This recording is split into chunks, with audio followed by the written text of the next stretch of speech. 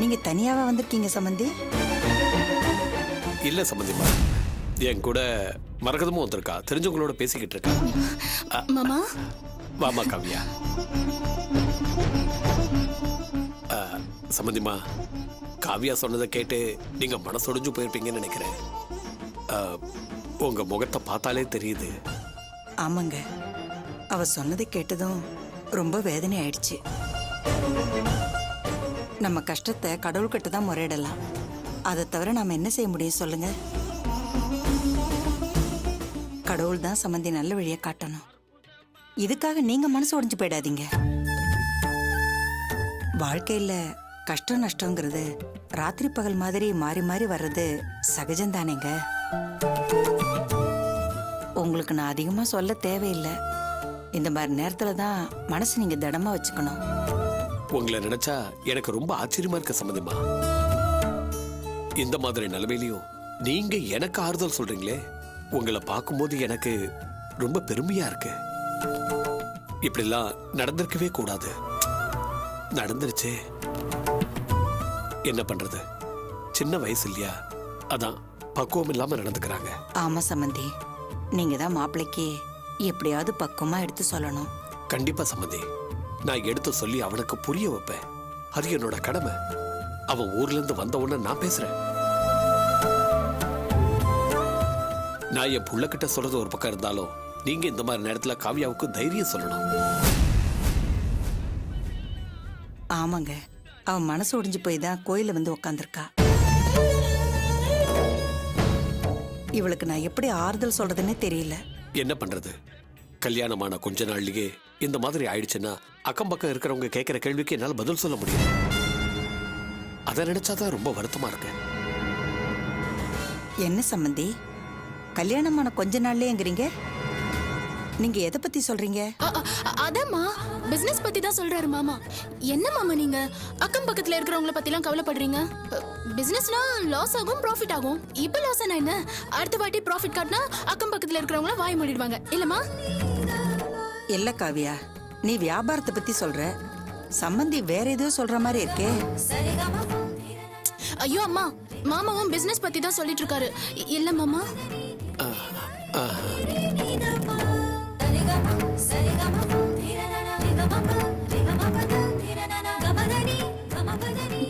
என்ன மாமா, அத பத்தியே நினைச்சுட்டு இருக்கீங்க? இதுக்கெல்லாம் வருத்தப்படாதீங்க. அம்மாக்கு இதெல்லாம் எதுவுமே தெரியாது. கொஞ்சம் முன்னாடிதான் பிசினஸ் மேட்டர் சொன்னேன். அதுக்கே அம்மா ரொம்ப ஷாக் ஆயிட்டாங்க. இத பத்திலாம் நினைச்சு நீங்க கவலைப்படாதீங்க மாமா. சரி, ஊர்ல இல்லாதப்போ நான் எங்க அம்மா வீட்டுல போய் இருக்கணும்னு நீங்க அனுப்பி வச்ச உங்க பெரிய மனசு, அத்தையோட பெருந்தன்மை, செரியோட நல்ல குணம், இதெல்லாம் அக்கம் பக்கத்துல இருக்கிறவங்களுக்கு தெரியவா போகுது மாமா? பையன் வெளிநாட்டுக்கு போயிருக்கிற நேரத்துல மருமக பிறந்த வீட்டுல இருக்கட்டுமேனு நீங்க அனுப்பி வச்சதுனால எங்க வீட்டுல எவ்வளவு சந்தோஷப்படுறாங்க தெரியுமா? இந்த மாதிரி குடும்பத்துல வாக்குப்பட்டதுக்கு நான் ரொம்ப கொடுத்து வச்சிருக்கேன்னு சொல்றாங்க மாமா. காவியா, நீ என்னென்னமோ பேசுற. சம்பந்தி எதுவும் புரியாத மாதிரி இருக்காரே. என்னங்க சம்பந்தி? ஒண்ணுமில்ல சம்பந்திமா, நான் இன்னும் இந்த ஷாக்ல இருந்தே வெளியே வரல. என்ன மாமா நீங்க உங்க அனுபவத்துல எவ்வளவோ லாப நஷ்டம் எல்லாம் பாத்திருப்பீங்க. இதுக்கு போய் அப்செட் ஆகலாமா? சரி, வெளிநாட்டுல இருந்து வந்துட்டோம், நாம எல்லாரும் பேசி சால்வ் பண்ணிடலாம். நீங்க கவலைப்படாதீங்க மாமா. சரிம்மா, நீ சொன்னா சரிதான். நாங்க கிளம்புறோம் மாமா. அம்மா அட இரு, உன் மாமியாரும் வந்திருக்காங்களா, ஒரு எட்டு அவங்களையும் பார்த்துட்டு போயிடு. ஐயோ அம்மா, அவங்கள பார்த்தா இன்னும் பிரச்சனை பெருசாயிடுமா? பிரச்சனை பெருசாயிடுமா? அவங்கள பார்க்காம போனாதான் பிரச்சனை பெருசாகும்.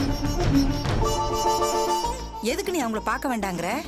அது இப்ப திடீர்னு என்ன உங்க கோயில்ல பார்த்தாங்கன்னா, ஆபீஸ் டைம்ல ஆபீஸ்ல உட்காந்து வேலை பார்க்காம கோயில்ல என்ன பண்ணிட்டு இருக்க, பிசினஸ்ல லாஸ் ஆச்சுன்னா பொறுப்பெல்லாம் யார் ஏத்துப்பாங்கன்னு தேவையில்லாம திட்டுவாங்கம்மா. அதனாலதாம்மா. அதான் மாமாவை பார்த்துட்டோம்ல, அது போதுமா? என்ன மாமா, நான் சொல்றது கரெக்ட் தானே? ஆமாமா, நீ சொல்றது கரெக்ட் தாம்மா. அவ வந்தா கண்டிப்பா பிரச்சனை பண்ணுவா. பாத்தீங்களா, மாமாவே சொல்லிட்டாரு. வாங்கம்மா போலாம். சரி, வரேன் சம்பந்தி. வாங்கம்மா, வாங்க போலாம். வாங்கம்மா. வரேன். வாங்கம்மா. வரேன் மாமா. ஏன் இப்படி அவசரப்படுற?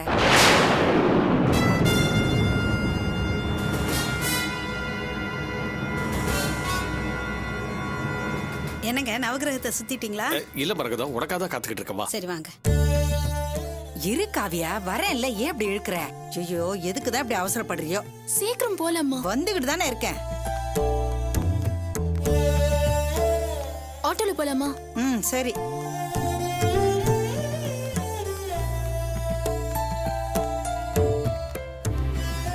ரங்கராஜபுரம் போலாம். போலாமா?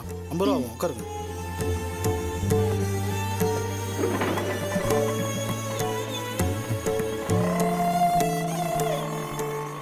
காவியா, பாவம் சம்மந்தி.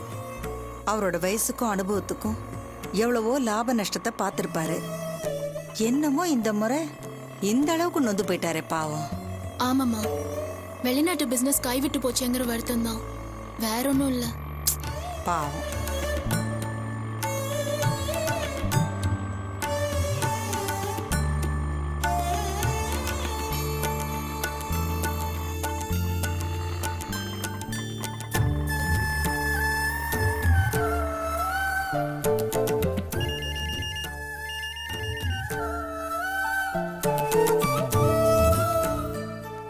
சாரி மாமா, எனக்கும் செரிக்கும் சண்டை வந்தது எங்க வீட்டில் யாருக்கும் தெரியாது.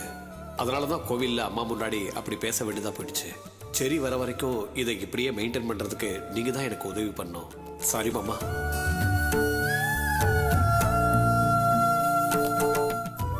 நானும் கோயிலுக்கு வந்ததுல இருந்து உங்களை பார்த்துட்டு இருக்கேன். ஏதோ யோசிச்சுட்டே இருக்கீங்களே, என்ன குழப்பம் உங்களுக்கு? முன்னாடி குழப்பம் இருந்தது, இப்ப இல்ல. வா போலாம்.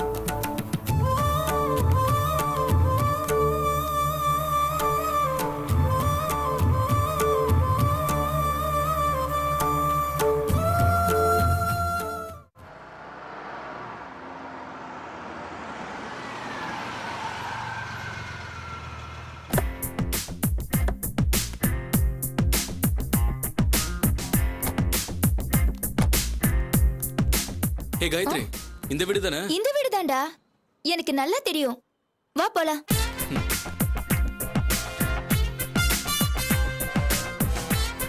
ராணி, ராணி. ஹே காயத்ரி, what a surprise. வாங்க உள்ள வாங்க. என்னப்பா இது, எல்லாரும் வீட்டுக்கு வந்திருக்கீங்க, எனக்கு ஒண்ணுமே புரியல. Hey Ravi, Mahesh, hi Geetha. ஆகாஷ், நீ எல்லாம் எங்க வீட்டுக்கு வருவேன்னு நான் கொஞ்சம் கூட எதிர்பார்க்கல. கங்க்ராச்சுலேஷன்ஸ் டி. என்ன ஆச்சு, எல்லாரும் வீட்டுக்கு வந்திருக்கீங்க, கங்க்ராட்ஸ் பண்றீங்க, எனக்கு ஒண்ணுமே புரியல. உங்களெல்லாம் உட்கார வைக்கிறதுக்கு கூட எங்க வீட்ல சேர் கிடையாது. எல்லாரும் கொஞ்சம் தப்பா நினைச்சுக்காம அந்த பெஞ்ச்லயே உட்காந்துக்கிறீங்களா? இரு, முதல்ல ஸ்வீட் சாப்பிடு, டென்ஷன் ஆகாத. என்னப்பா இது, வீட்டுக்கு வந்திருக்கீங்க, கங்க்ராட்ஸ் பண்றீங்க, ஸ்வீட் கொடுக்குறீங்க, முதல்ல என்ன சொல்லுங்க. இரு கொஞ்சம் பொறு, முதல்ல ஸ்வீட்டை சாப்பிடு, அப்புறமா சொல்றோம். என்ன விஷயம் இப்ப சொல்லுங்க. டேய் ஆகாஷ், சொல்லுடா. ஏ ராணி, இந்த செமஸ்டர்ல நீ பெரிய அச்சீவ்மெண்ட் பண்ணிருக்க. எல்லா சப்ஜெக்ட்லயும் நீ ஃபர்ஸ்ட் ரேங்க் வாங்கியிருக்க. நிஜமாவா? ஆமா. என்னால நம்பவே முடியல. ஸ்வீட் எல்லாம் கொடுத்து விஷ் பண்ணிருக்கீங்க. Thank you so much. ஆக்சுவலா நீ ஆகாஷ்க்கு தான் தேங்க்ஸ் சொல்லணும்டி.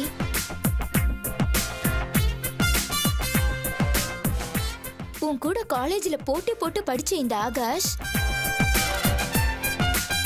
ரிசல்ட்ட பார்த்து நீ காலேஜ்ல ஃபர்ஸ்ட் வந்திருக்கேன்னது ரொம்ப சந்தோஷப்பட்டான். உன்னை வீடு தேடி வந்து பாராட்டணும்னு சொன்னதும் அவன்தான். தேங்க்ஸ் ஆகாஷ். என்னால தான் ஃபர்ஸ்ட் வர முடியல, ஆனா நீ சாதிச்சிட்ட. கங்க்ராட்ஸ். Thank you. நானே உனக்கு ஸ்வீட் தரேன். ஏய், இன்னும் எடுக்கவே இல்ல, அதுக்குள்ள ஏன் அவசரப்படுற? இரு தரேன். இந்த ஏய், போதும் போதும். இன்னும் சாப்பிடு.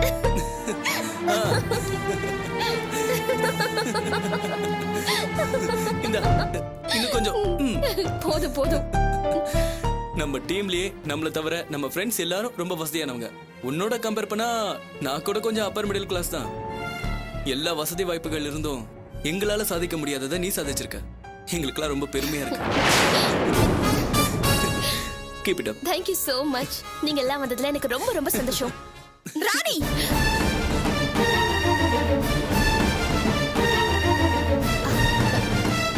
அண்ணி, இவங்க எல்லாம் என்னோட காலேஜ் ஃப்ரெண்ட்ஸ் அண்ணி. ரொம்ப சந்தோஷமான நியூஸ் கொண்டு வந்திருக்காங்க.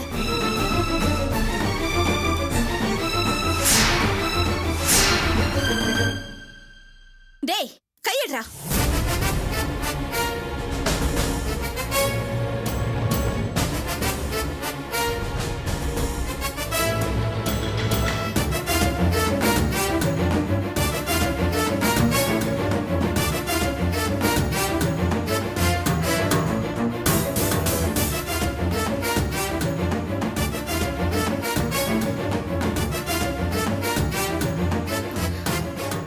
என்ன நீ இது கொஞ்சம் கூட மரியாதை இல்லாம என்னோட கிளாஸ்மேட்ட டேன்னு சொல்றீங்க? இவன் பண்ண காரியத்துக்கு இவன் அடிக்காம விட்டேனே, அதுக்காக சந்தோஷப்படு.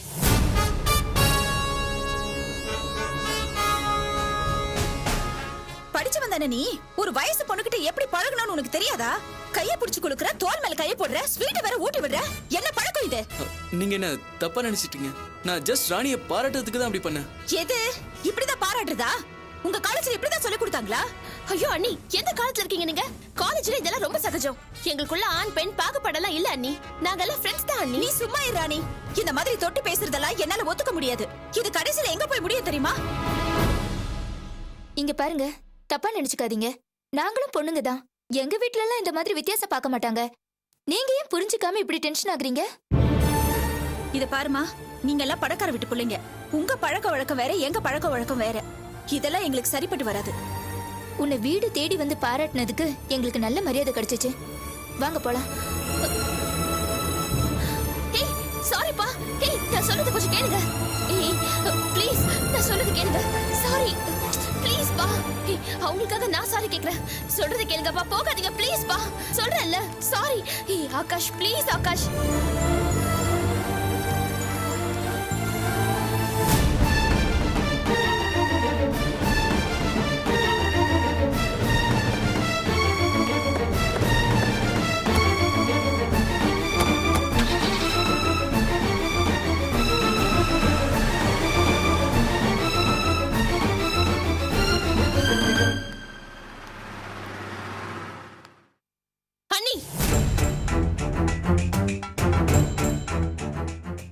என்னோட ஃப்ரெண்ட்ஸ் என் கூட படிக்கிறாங்க.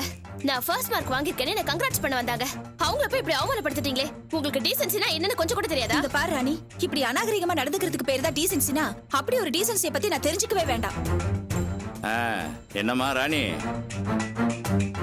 என்ன உன்னோட காலேஜ் ஃப்ரெண்ட்ஸ் எல்லாம் கார்ல வந்துட்டு போறாங்க?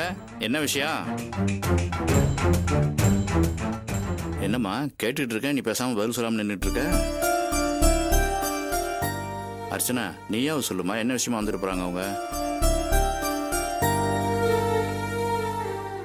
என்னடா இது, என்னாச்சு? ஏன் ரெண்டு பேரும் இப்படி முறைச்சிட்டு நிக்கிறீங்க? என்னம்மா நடந்துச்சு சொல்லுங்க யாராவது. அவங்க எல்லாம் என் ஃப்ரெண்ட்ஸ் பா, என் கூட காலேஜ்ல படிக்கிறாங்க. நான் முதல் மார்க் வாங்குனதை என்கிட்ட சொல்லி என்ன கங்க்ராச்சுலேட் பண்ண வந்தாங்க. அவங்கள இவங்க திட்டி அவமானப்படுத்தி அனுப்பிட்டாங்க. இப்படிதான் வீட்டுக்கு வரவங்கள அவமானப்படுத்துவாங்களா? அவங்க பாராட்ட வந்ததை நான் தப்பு சொல்லல மாமா. நான் வீட்டுக்குள்ள வரும்போது அந்த பையன் ராணி கைய குலுக்கி பேசிட்டு இருந்தான், ஸ்வீட் ஊட்டி விட்டுட்டு இருந்தான். அது மட்டும் இல்லாம அவ தோல் மேல கை போட்டு பேசிட்டு இருந்தான். அதுதான் நான் தப்புன்னு சொன்னேன். நீ ஒன்னும் தப்பா சொல்லலையம்மா. ஏமா ராணி, உங்க அண்ணி சொன்னதுல ஒன்னும் தப்பு இல்லையே, நீ ஏன் இப்படி கோச்சிக்கிற? என்னப்பா நீங்களும் 10ஆம் பஸ்ல தனமா பேசிக்கிட்டு இருக்கீங்க? அவங்க என் கூட படிக்கிறவங்க. நான் நல்ல மார்க் வாங்கிருக்கேன் என்ன கங்க்ராச்சுலேட் பண்ண வந்தாங்க. அத புரிஞ்சுக்காம அவங்க கிட்ட இப்படி காட்டுத்தனமா பிஹேவ் பண்ணா இதுக்குதான் படிச்சிருந்தா நாகரிகம் என்னன்னு தெரிஞ்சிருக்கும். பள்ளிக்கூட படிப்பையே பாதியில நிறுத்தின படிக்காத ஜென்மம் தானே.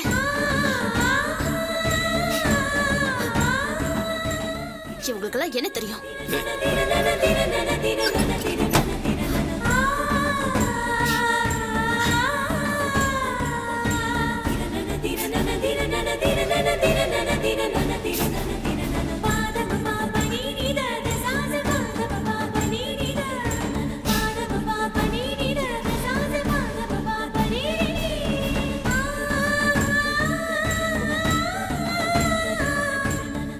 அர்ச்சனா,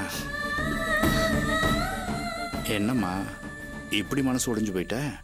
அவ கிடக்குறாமா, சின்ன பொண்ணு தானே. அவ சொன்னதுக்கு இப்படி போய் கண் கலங்கி நிக்கிற? என்னால முடியல மாமா. படிக்காதவங்கிற இந்த வார்த்தை என்ன விடாம துரத்திக்கிட்டே வருது. என்னம்மா சொல்ற? கல்யாணத்துக்கு முன்னாடி நான் வீட்டுல இருக்கும்போது என் தங்கச்சிங்க அண்ணி எல்லாம் படிக்காதவ, படிச்சிருந்தா தானே ஏதாவது புரியும்னு என்ன அடிக்கடி திட்டுவாங்க. அப்பெல்லாம் எனக்கு ஆறுதலா இருந்தது எங்க அம்மா மட்டும்தான். ரொம்ப நாளைக்கு அப்புறம் அதே வார்த்தையை ராணி வாயால கேட்கும் போது என்னால தாங்கிக்க முடியல மாமா.